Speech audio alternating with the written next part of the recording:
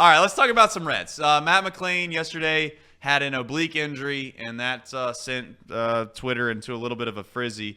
I think we're in a spot now where there is the past that the Reds have had that bleeds into what we feel now today, right? We have some scar tissue as Reds fans with injuries.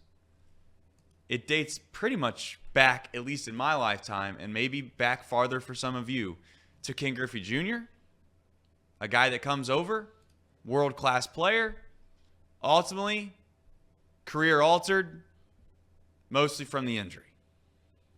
You move forward, you sign a guy like, Homer Bailey to a major deal, you have injury.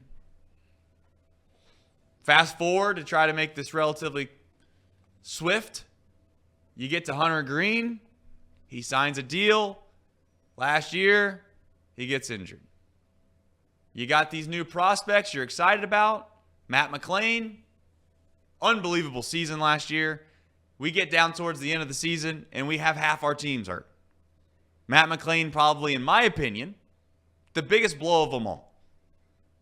It felt like we were teetering around, playing with fire for the longest time last year, whether we could get Lodolo to come back and be healthy. What happens with him? He's supposed to come back. He re-injures something. He's out. Hunter Green, thankfully, though, he did come back. But point being, Graham Ashcraft, we can go down the laundry list of names that have been hurt on this franchise of recent time that, unfortunately, like it or not, have played a big role in the non-success, the unsuccess that this franchise has had. I don't want to forget about Moustakas either. I do think some of that was laziness, but you know what? He's also injured. So you take all this scar tissue from the past and you fast forward, and like it or not, I would even add Joe Burrow into that mix. For somebody as big of a figure as Joe Burrow, the situation of him getting hurt also adds into this. I really do believe that. There's this mindset that becomes a real thing. To where now you hear yesterday that Matt Mclain re-injures something, and it could be super small. Let's face it, that's how they're acting as if it is. To be clear, it's not the same exact spot that he injured last year. David Bell cleared up during a press conference yesterday that they had an MRI scan. The MRI, thankfully, came back clean. David did say transparently, of all things, I was actually shocked that David Bell said this, but David Bell said that if he had seen that it was the same injury as last year, he would have been very concerned, in his words, not mine, that the fact that he had all offseason to do PT and try to get that right, in just a few days into spring training, it's re-injured again. But to be clear, it seems as if the Reds are optimistic because it's not the same exact area. Let's face it, this could go one of two ways. And I don't think that any of us really know what the ultimate answer is going to be of which way this is going to go. Like it or not, obliques are a terrible injury. They are very finicky. It's something that can just pop up like that. You break your ankle, you get your ankle healed up, everything's cleared. More times than not, yes. Will there be a little more vulnerability perhaps on that ankle than usual? Yes. But it's not something that you're going to find out and you're just randomly one day, taking some swings and then boom, it flares up again. So Matt Mclain has another oblique injury. Supposed to be out 7 days. Now we're in a position here with the Cincinnati Reds where you have people that are obviously claiming that this is why you go out and you add depth. That's fine. There's nothing wrong with saying that. But we can all agree that this Reds team is going to rely on, hopefully, and I'm not even saying it needs to be the same production because the production that Matt Mclain provided was insane last year in the short time he was here. But I will say it, if you won't. Matt Mclain has to be a good player for this team to be relatively where we want them to be. Because if he's not there, then you're mixing and matching. And mixing and matching is perfectly fine. Let me be clear. On a day in, day out basis where you're just trying to get guys rest and you're just trying to mix it up. But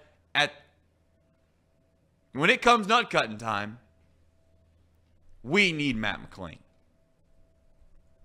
And I think Matt Mclain, again, we'll get to a Reds list here in a moment of some guys that I'm excited to see and progress and see what ultimately ends up happening. But we need Matt Mclain. And the concern is valid. I don't think that if you're a negative fan, if your concern's the right word. Angry seems a little much right now. But concerned about the fact that this guy, face it, has been out due to the same injury 2 different times now. Now, they could say they're being precautious, but come on.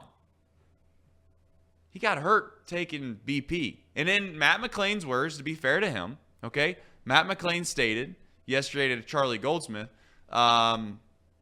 that he needs to realize that he's going to have to take it a little bit easier when it comes to his BP routines.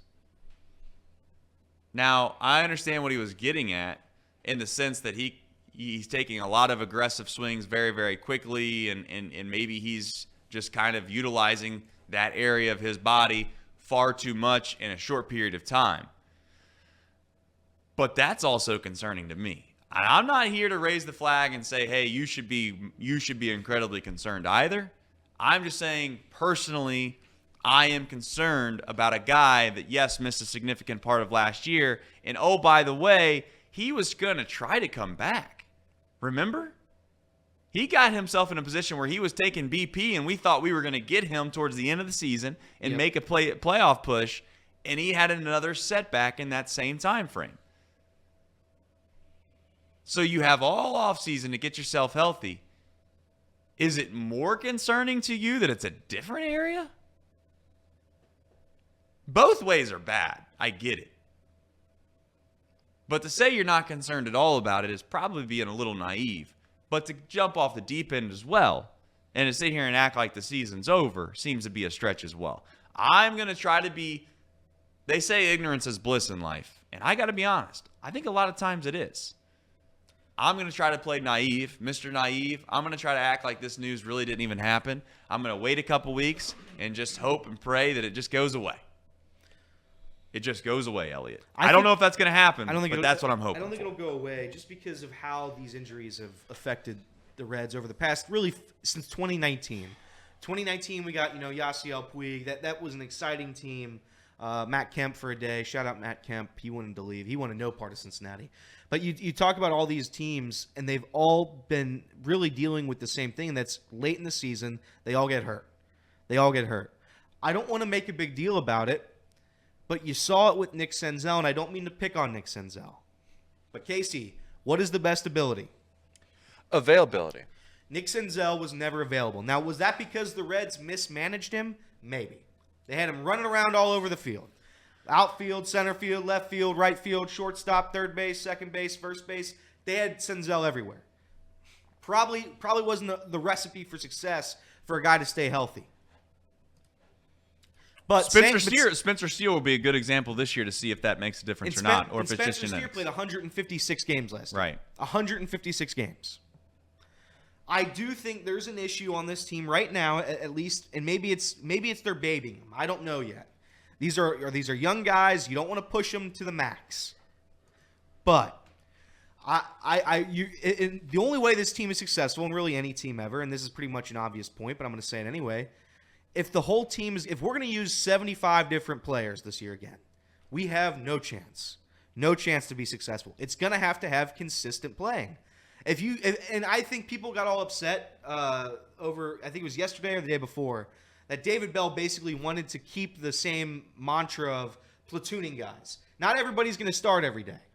Nobody's earned any. It's not about earning anything. It's just about changing the lineup up, keeping guys fresh. I think that's the way to go 100%. David Bell made a statement that 11 guys, he feels like they have 11 everyday players that are legit everyday MLB players. Now, you can laugh at that or not. I'm just telling you what he said. He said that he thinks they have 11 legit MLB everyday players and that he's going to try to make it practical for them to feel like they're an everyday player this year by mixing and matching. And he thinks that that's very doable over what he said is a 162-game season.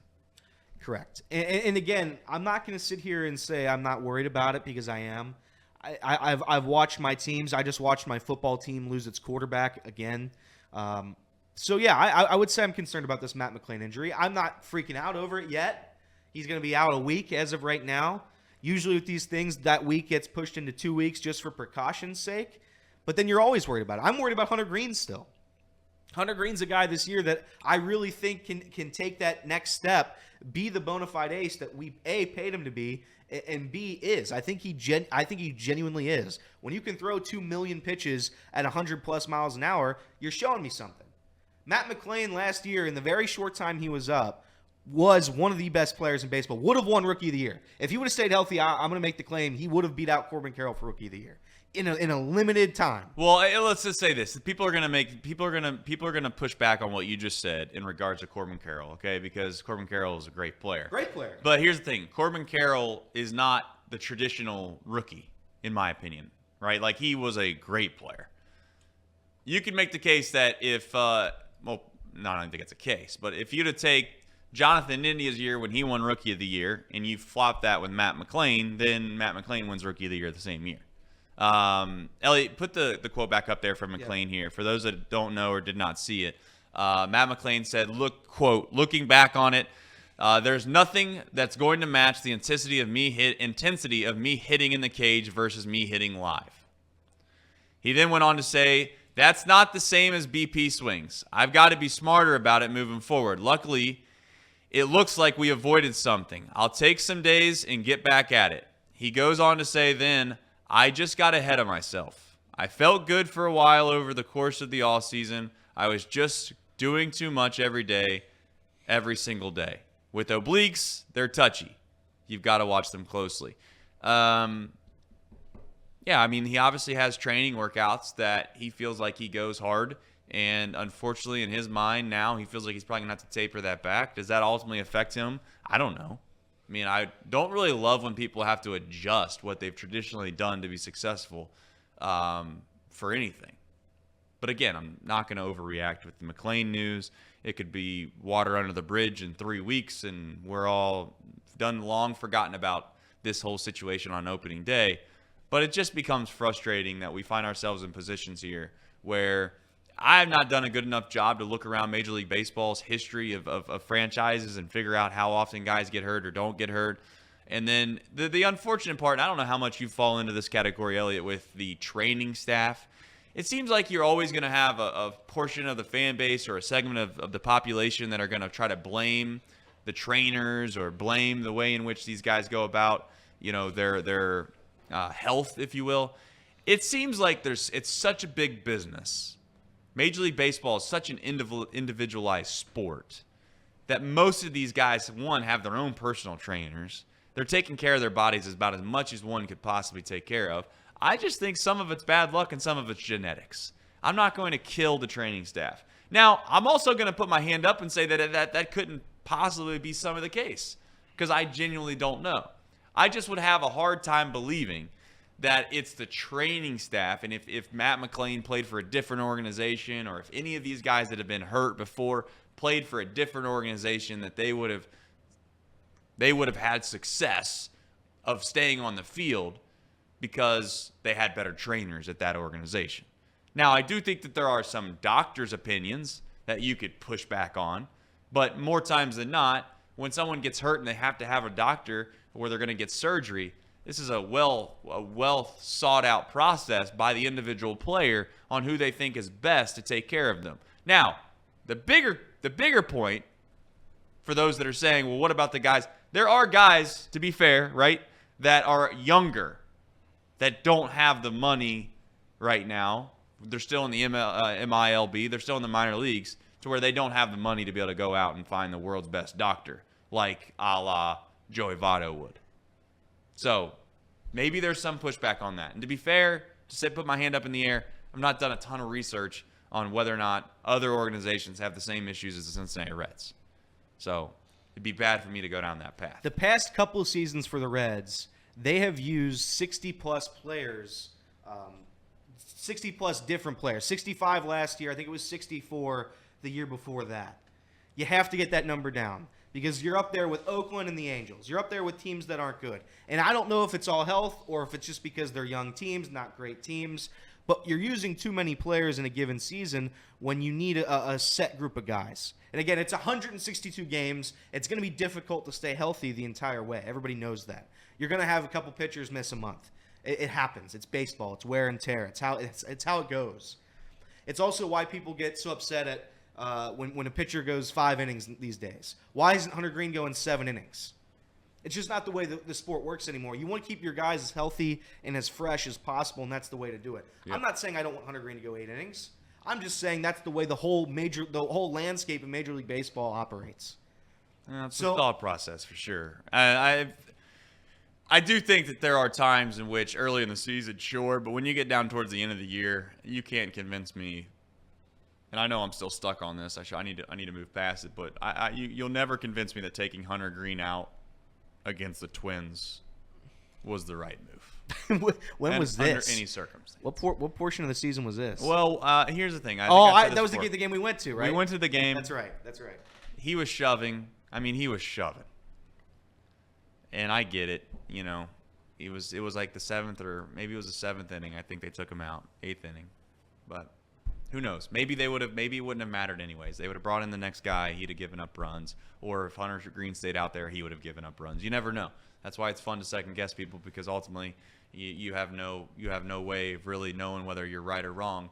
But the person that has to make the decision does.